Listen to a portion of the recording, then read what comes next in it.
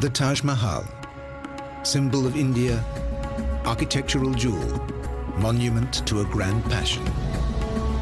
The Taj Mahal was built in the 17th century by Shah Jahan, king of the world, ruler of India's mighty Mughal empire.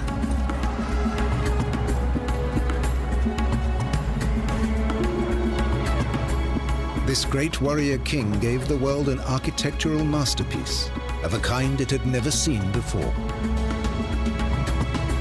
This is how it came to be made.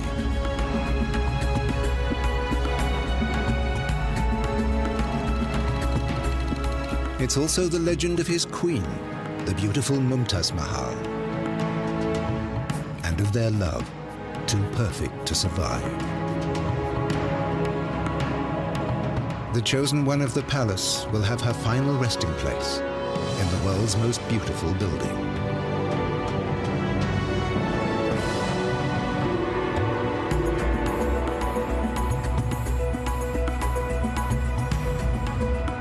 But the magnificent chambers of the Taj Mahal hide a secret.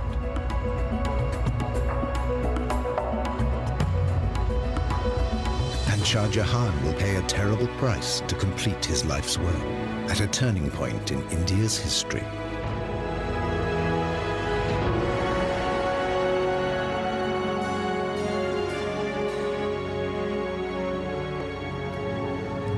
Today, the Taj Mahal is one of the world's greatest tourist attractions. Every year, more than 3 million people come to see humanity's loveliest building with their own eyes. But for the Indian nation, the Taj Mahal is much more than an architectural masterpiece.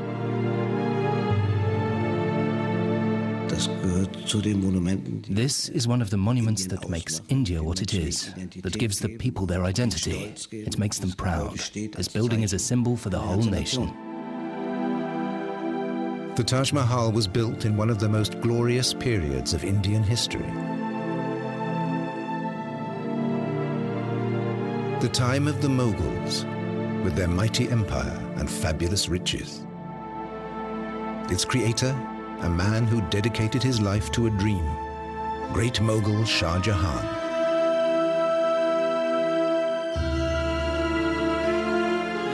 The building that emerged from his plans perfectly combines grace and scale, power and beauty. The Taj Mahal, crown of the palace. The inner sanctum of the Taj is a tomb for Mumtaz Mahal, the love of Shah Jahan's life. In her memory, the great Mughal created this eternal love poem in stone. The building of the Taj commenced in 1632. An army of elephants began dragging construction materials to the Mughal capital.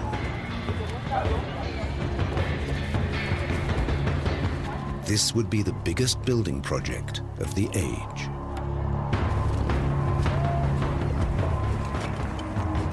In a few short years, the shell of the Taj Mahal was complete,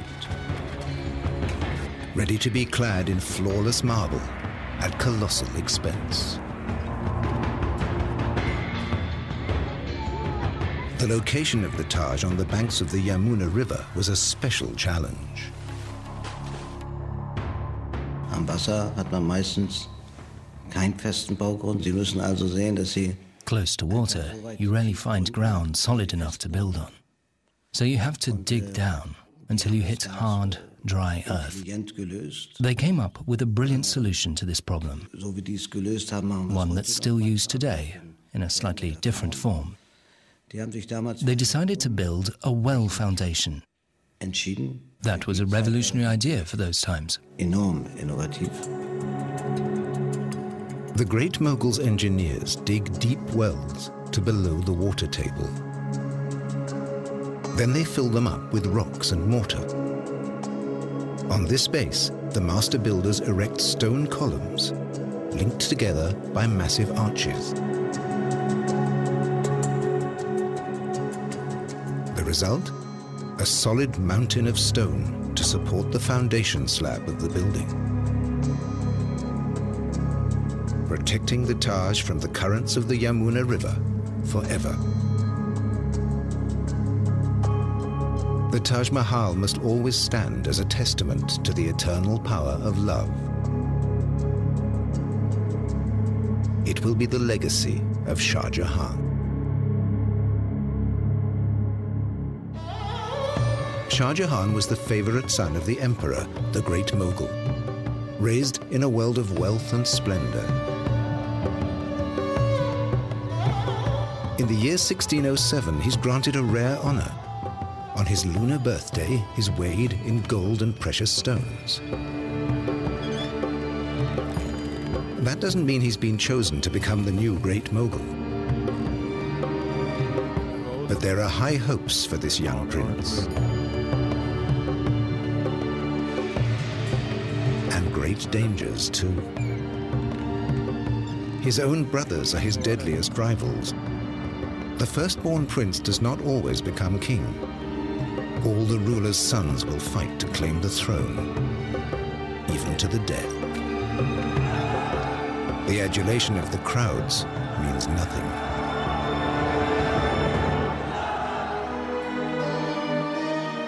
The court chronicles will be our guide to Shah Jahan's life, to its triumphs and disasters.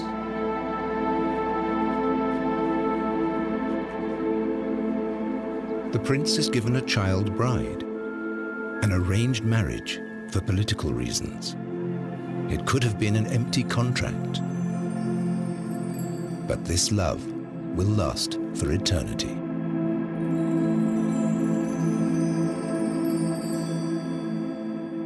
Ten years later, the prince is 25 years old. His star shines brighter than ever. He has fought the enemies of the emperor, winning victory after victory. As a reward, his father gives him the title Shah Jahan, King of the World. The capital of the Mughal Empire is the great city of Agra in northern India, the location of the giant Red Fort. The center of imperial power and one of India's mightiest strongholds. The ruling Mughals and their families live in magnificent palaces inside the fort. Here, the women of his harem see to Shah Jahan's every whim. But his favorite, by far, is his childhood love, Mumtaz Mahal. Shah Jahan calls her the chosen one of the palace. From the chronicles, we know this royal couple were especially close for those times. The impression which one gathers is that there is a strong personal element of personal love. There is a bit of romance.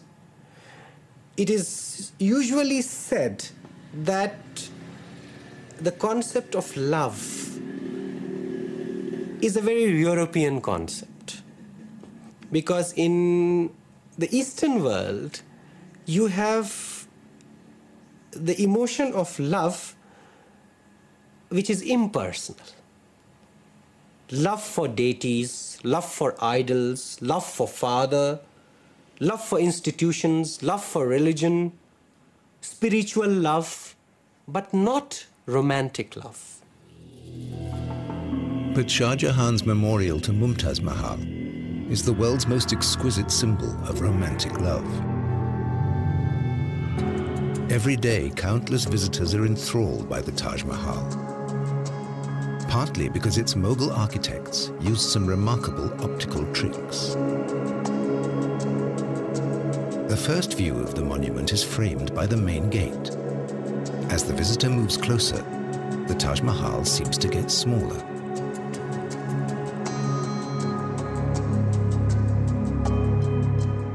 It seems to grow bigger as you walk away. The guides here say, when you leave, you take the Taj with you in your heart.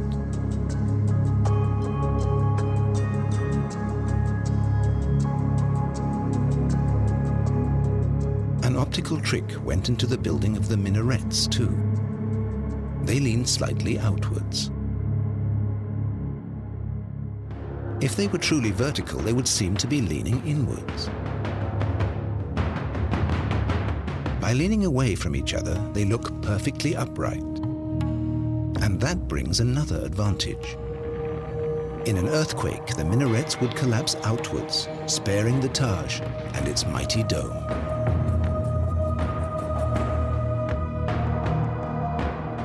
The dome is the crowning glory of the Taj Mahal, the element that makes it so timeless and graceful. Today we have other options. We can build giant supporting structures in steel for a dome like that. We have other materials. They had to solve all their problems in stone. So they laid stone on stone and built up the dome in rings. The dome rises layer by layer. The mortar between the stones gives it stability. The result is self-supporting, with no reinforcing struts or columns. The weight of the dome is transferred directly downwards to the mass of masonry below. The dome is more than 40 meters high and 4 meters thick, yet it seems to float over the marble facade, a miracle of stress calculation still admired by engineers. For over 350 years, this dome has been the ultimate expression of Mughal architecture. 1621. The Mughal Empire is at a turning point. The Emperor, Shah Jahan's father, is desperately ill. His sons are gathering in the shadow of the throne, ready to fill the vacuum of power.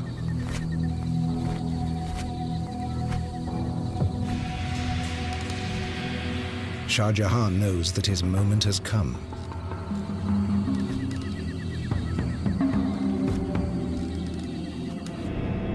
Nothing will stop him in his lust for absolute power. No means are ruled out, not even poison.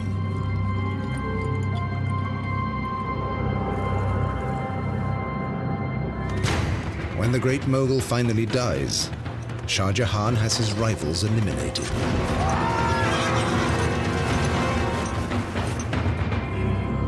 Brotherly love means nothing when the prize is so great. There was a notion of family, and there was a notion of affection. But this feeling receded into the background.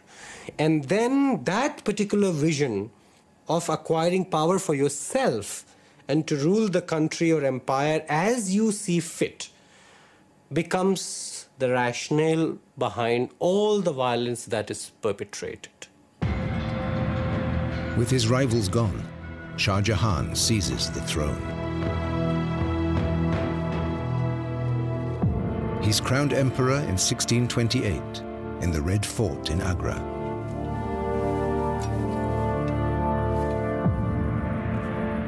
Shah Jahan soon proves himself a wise and moderate ruler. He guides the empire to even greater prosperity.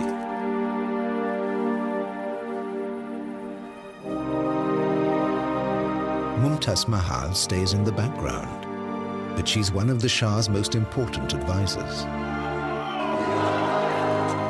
This Mughal dynasty seems to have a glorious future. Perhaps it will equal the illustrious past.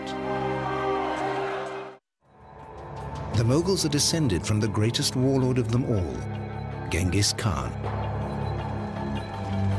Their distant ancestors were fierce warriors of the Asian steppes, the Mongols.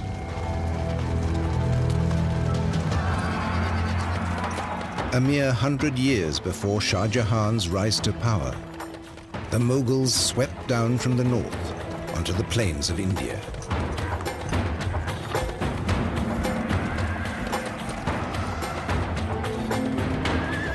Their cannons crushed one Indian city after another.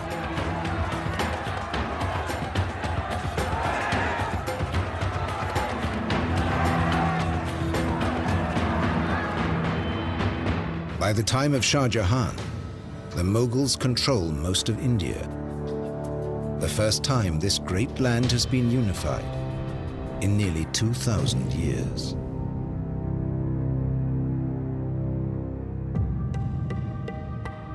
The Mughal rulers bring their faith with them, Islam. After Hinduism, Islam soon becomes India's second religion. But the invaders don't impose it on the people. They seek a balance between the cultures. The Mughal lords proclaim religious tolerance. More than 100 million people now see business and industry, science and art flourish. Artists at court portray their rulers as godlike beings.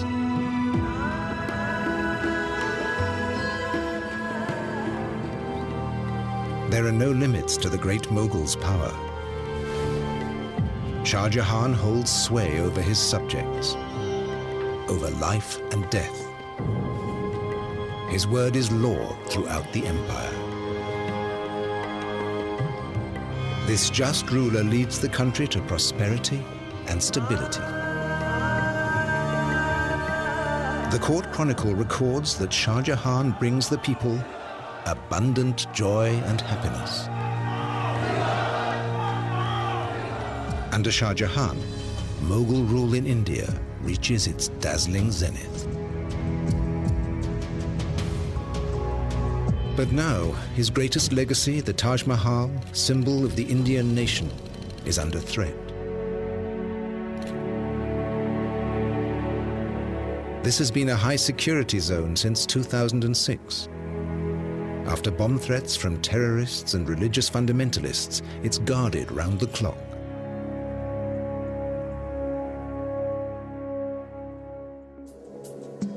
Access to the mausoleum is tightly controlled.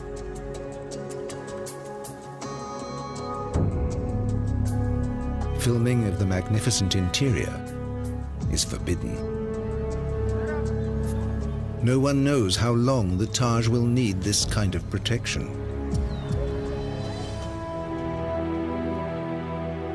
Art historian Ebba Koch was able to study the Taj before the restrictions came into force. She is the international expert on the building and its history.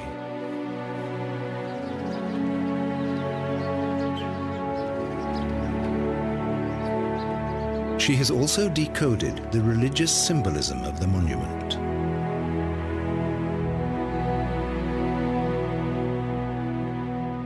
The Taj Mahal is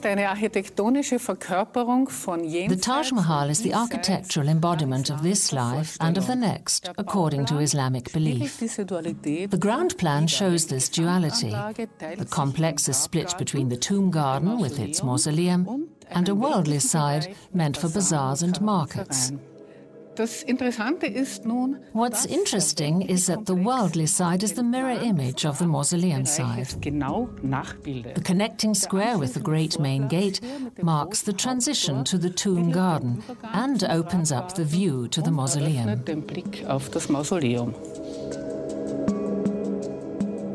At the center of the mausoleum is the Holy of Holies, the most splendid room in the Taj Mahal, the final resting place of Shah Jahan's bride. Mumtaz Mahal, the chosen one of the palace, leads a luxurious life in the women's apartments of the Red Fort.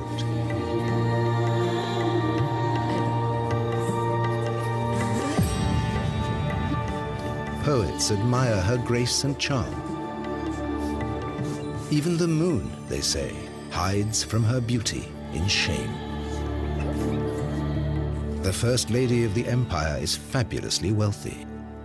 She has huge resources. She was the highest recipient of money in the entire harem, being the chief queen or the most beloved queen of the emperor, because payments in the harem were graded. We have very interesting accounts of graded payments from a very huge amount to a very small amount.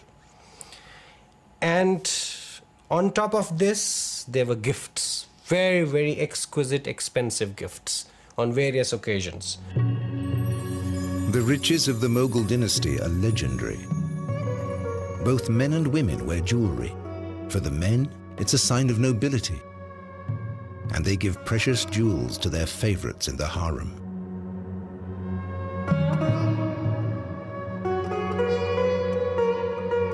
Its endless supply of gems makes India the treasure house of the world.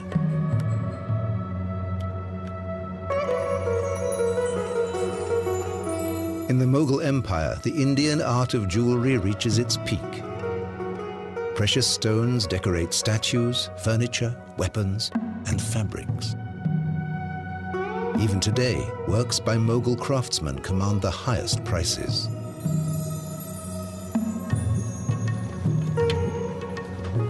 The same is true of India's textiles. Cotton has been woven here for more than 4,000 years. This is still a vital industry in India.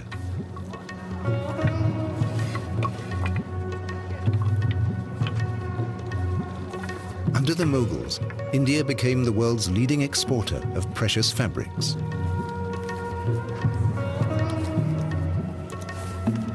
The rulers, the great Mughal and his family, cashed in on the trade.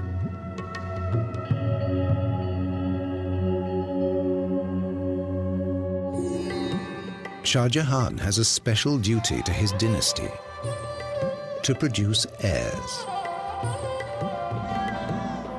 His wives in the harem bear him children.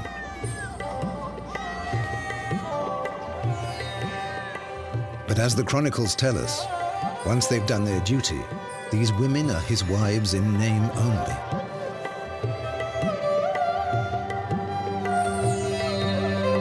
Shah Jahan's harem may once have been a love nest. Soon it comes to resemble a nursery.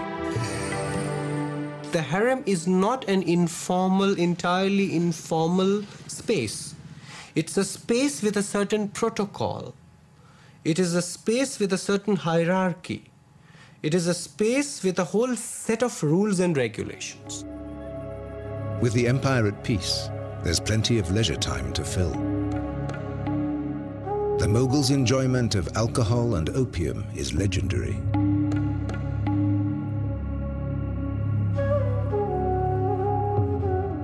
Shah Jahan and Mumtaz Mahal are together every possible moment, as the chronicles record. The mutual affection and harmony between the two had reached a degree never seen between a husband and a wife among the classes of rulers or among the other people. The Imperial Chronicle describes their life at court. The intimacy, deep affection, attention and favor which His Majesty had for the chosen one of the palace exceeded by 1,000 times what he felt for any other. For Shah Jahan, the happiness of Mumtaz Mahal is paramount. If you look at the wardrobe of the emperor, if you look at his private chambers, if you look at the shelf which displays all the perfumes, ointments, oil, and a whole range of aphrodisiacs, then you would perhaps know that there is a lot of interest to develop into good lovers, to acquire emotions or to release emotions in a way that would revitalize them or rejuvenate them. Her husband's love is shared and returned by Mumtaz Mahal from the depths of her soul. And always, that lady of the age was the companion, close confidant, associate and intimate friend of that successful ruler, in hardship and comfort, joy and grief, when traveling or in residence.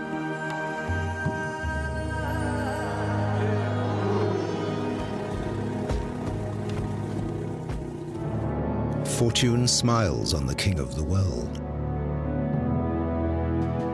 but not for long.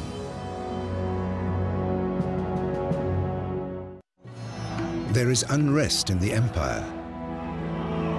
In 1629, reports reach Agra of another uprising. A distant province has rebelled against the empire again. This means war. Shah Jahan mobilizes his army. He will crush opposition with brute force.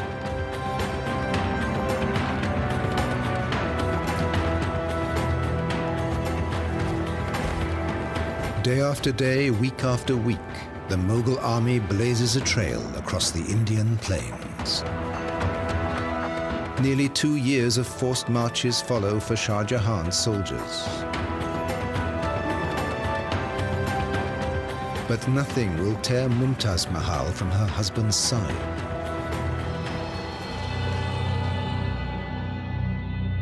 The Mughals are forced to leave their capital again and again to crush rebellions in the Deccan region. The campaign seems to have no end.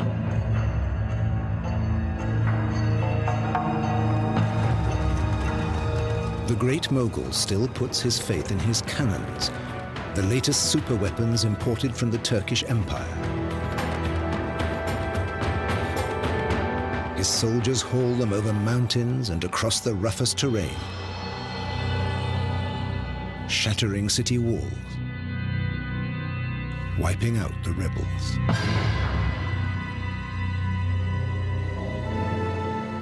But his string of victories is interrupted by tragedy.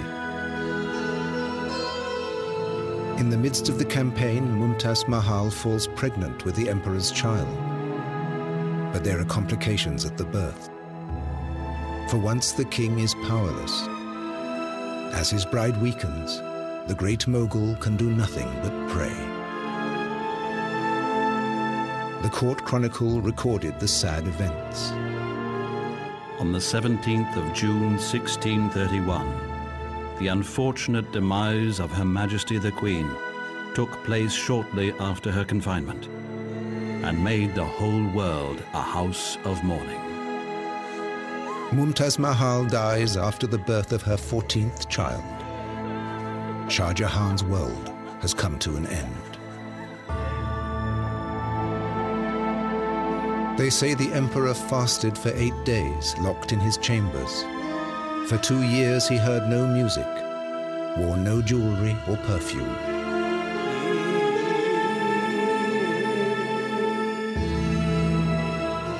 His hair and beard had turned grey. He looked older, much, much older than what he looked when he went into confinement or statutory mourning. So surely this must have had a deep impact on him. Before she died, legend says, Mumtaz Mahal made a wish for a mausoleum more sublime than any the world had seen. This will be Shah Jahan's task for the rest of his life, to erect the world's most beautiful building in her memory.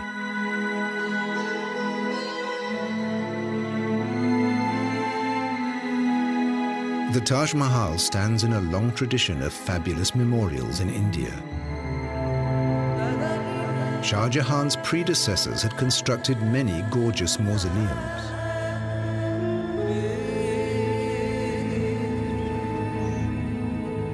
The Taj Mahal combines the very best elements of the memorials to Shah Jahan's forefathers. The tomb of his own father provides the model for the minarets. His great-grandfather's mausoleum had 4 corner turrets surrounding a central core. The 4 mighty portals are inspired by his grandfather's tomb.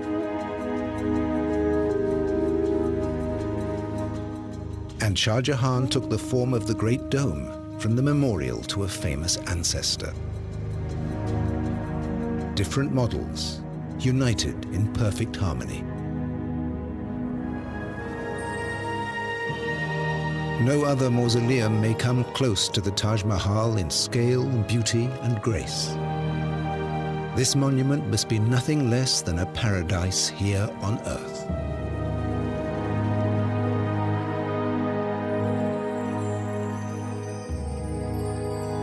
Symbolism carved in stone and marble. A heavenly memorial to the Queen of the world. Or as a poet described it, a teardrop on the cheek of time.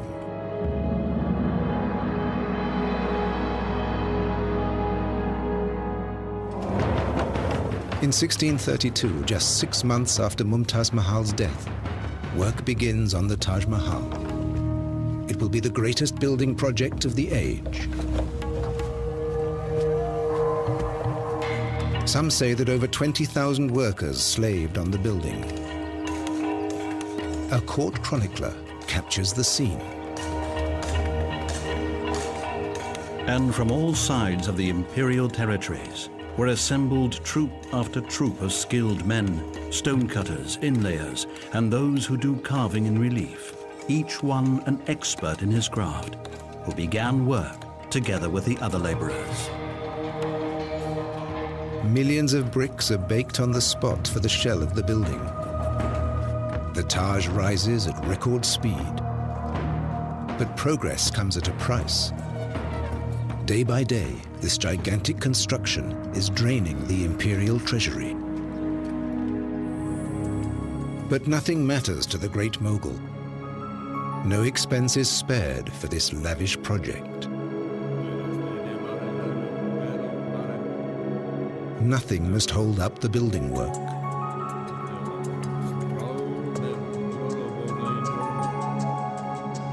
Even if the people suffer terribly for the emperor's devotion.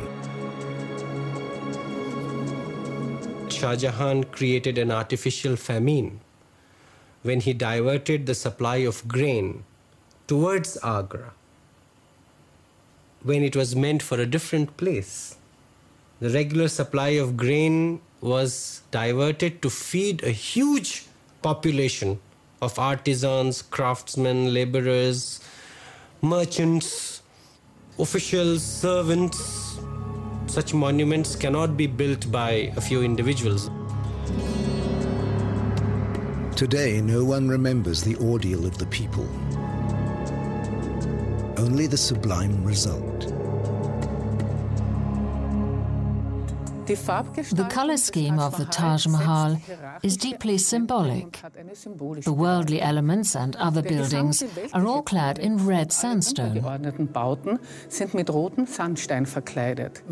White is reserved for the mausoleum. This is to be a building of enlightenment, an earthly representation of the heavenly house where Mumtaz Mahal will live for eternity.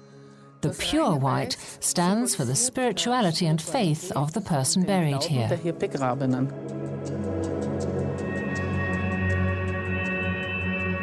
The white marble for the Taj Mahal comes from quarries at Makrana in Rajasthan, still in use today.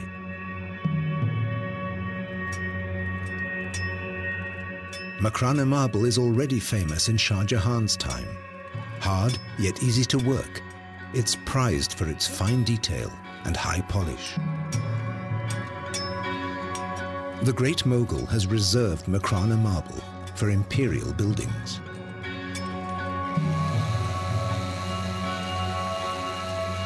The marble slabs are carried more than 400 kilometers to the site of the Taj Mahal.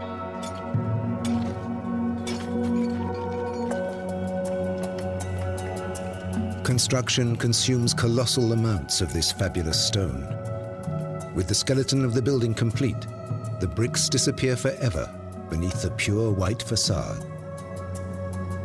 It's this smooth, glowing stone that gives the Taj Mahal its unique impact.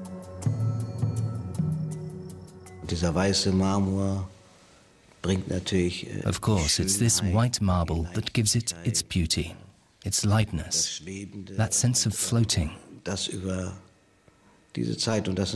These are means of expression available to an architect, just as words are used by a poet. Right beside the marble edifice, the gardens begin. The garden is the heart of the Taj Mahal. It's an earthly picture of the paradise of the Quran. 2 paths divide the terrain into 4 squares. The channels along the paths represent the rivers of paradise in the Quran. Where the channels meet, there's a pool. This is symbolic of the celestial pool where the faithful quench their thirst when they arrive in paradise.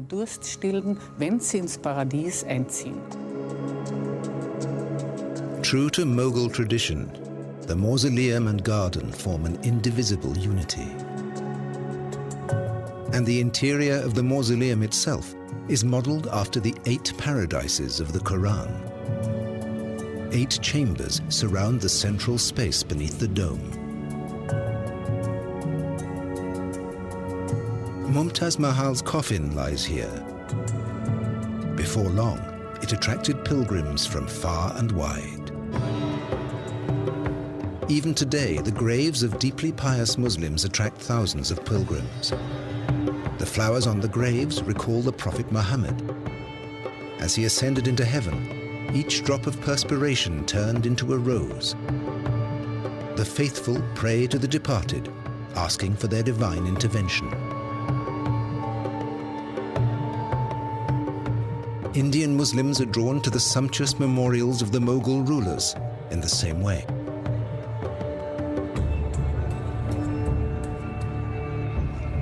Orthodox Islam has no time for the worship of saints.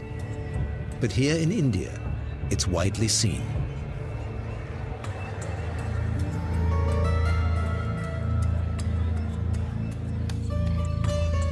The Mughals brought Islam to the subcontinent, but they didn't interpret the Quran rigidly.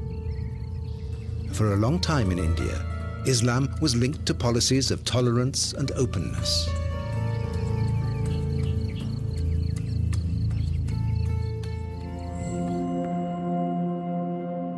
Under Shah Jahan, that tolerance and openness reaches far beyond India's borders.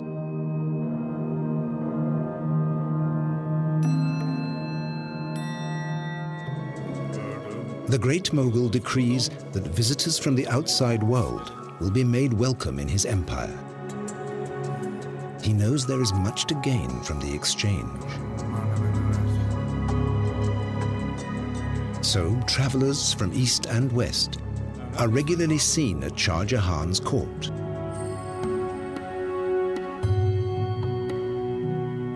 Europeans can easily be spotted by their exotic headgear. Both sides benefit from this transcontinental contact.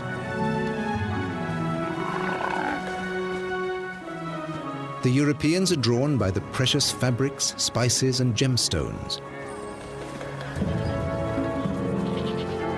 European merchants pay with silver and bring new ideas to the Mughal Empire.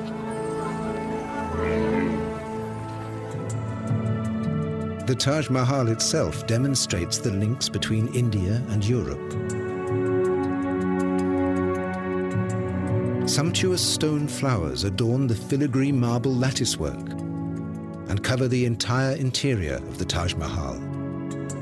Techniques and motifs coming from distant Europe. These mosaics of semi-precious stones are called pietra dura. In Petra Dura, for instance, one doesn't know whether Petra Dura came directly from Europe or came via some intermediary zone, but nevertheless, it was something which really tickled the imagination of Shah Jahan. And he used it in a very interesting way in which the building really looks like a treasure chest.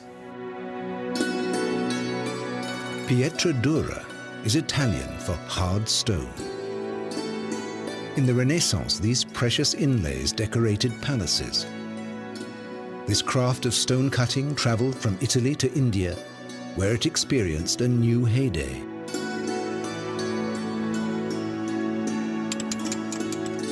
In the Pietra Dura workshops of India, the techniques haven't changed in hundreds of years. Many families have been doing this for 17 or 18 generations. These are the direct descendants of the craftsmen who worked on the Taj Mahal.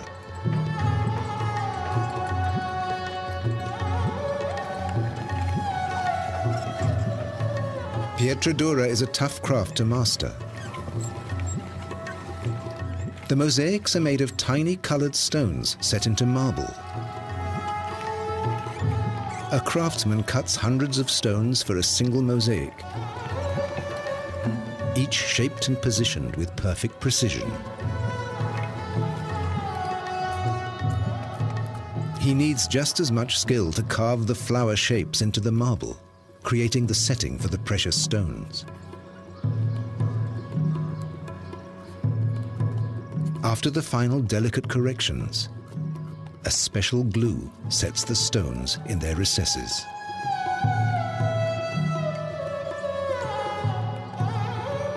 Painting in stone is one of the glories of Indian craftsmanship. But no chronicles record the names of the artists who decorated the Taj Mahal. One thing we tend to forget is the hard labor, sweat, suffering of artisans and ordinary craftsmen. Nobody knows anything about them. So the monument is a testimony as much to their existence and the skill which they possessed as it is of Shah Jahan's aesthetic embellishment. Through their work, the men who made the Taj Mahal live on.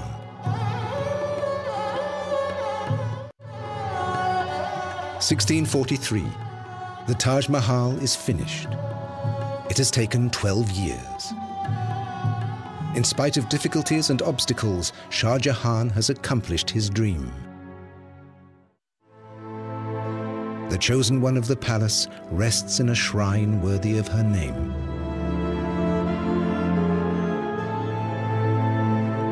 A building more sublime than any conceived or carved by human hand. On the anniversaries of her death, Shah Jahan visits Mumtaz Mahal's tomb. The king of the world travels the Yamuna River to the shrine of the Taj Mahal to remember his great love.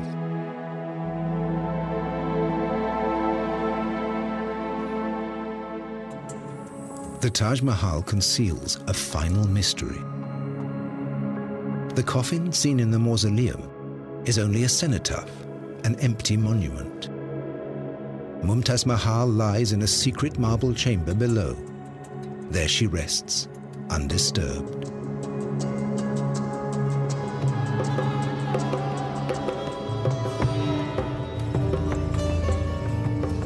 After finishing the Taj Mahal, Shah Jahan rules these lands for 20 more years. But his reign will see an inglorious end.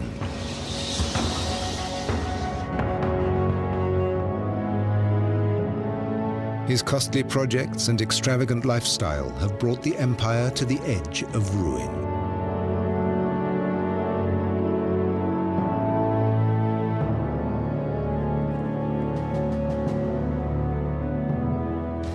In 1658, the king of the world is toppled from the throne, deposed by his and Mumtaz's own son to save the empire from his extravagance. Shah Jahan, absolute ruler, great mogul for 30 years, is a prisoner.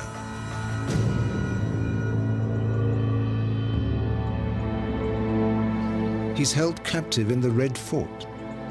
He will never leave it again. In the evening, a servant reads him stories of the heroic deeds of his youth, epics of bravery and power, struggle and triumph. A long, long time ago.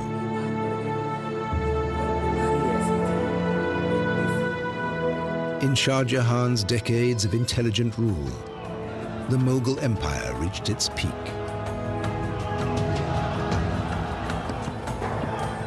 No one succeeded in challenging his infinite power.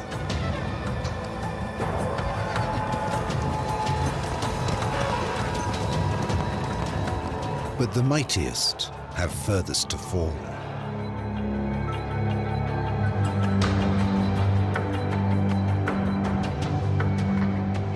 Just one comfort remains to Shah Jahan. In the distance, from his prison window, he can see the gleaming monument of his beloved. He cannot forget his passion for the chosen one of the palace. Their happiness was mortal. Their love was for eternity.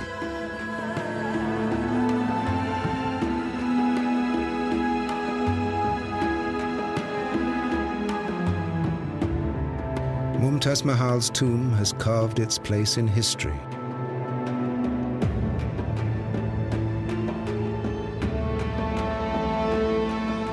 Shah Jahan will also find his last resting place here. In 1666, at the age of 74, Shah Jahan dies. His chronicle ends with the words, "The king of the world has died." The body was taken by river to the magnificent tomb of the late Queen Mumtaz Mahal. Shah Jahan is reunited with his chosen one of the palace. Their legacy will make them immortal. The most perfect building in the world.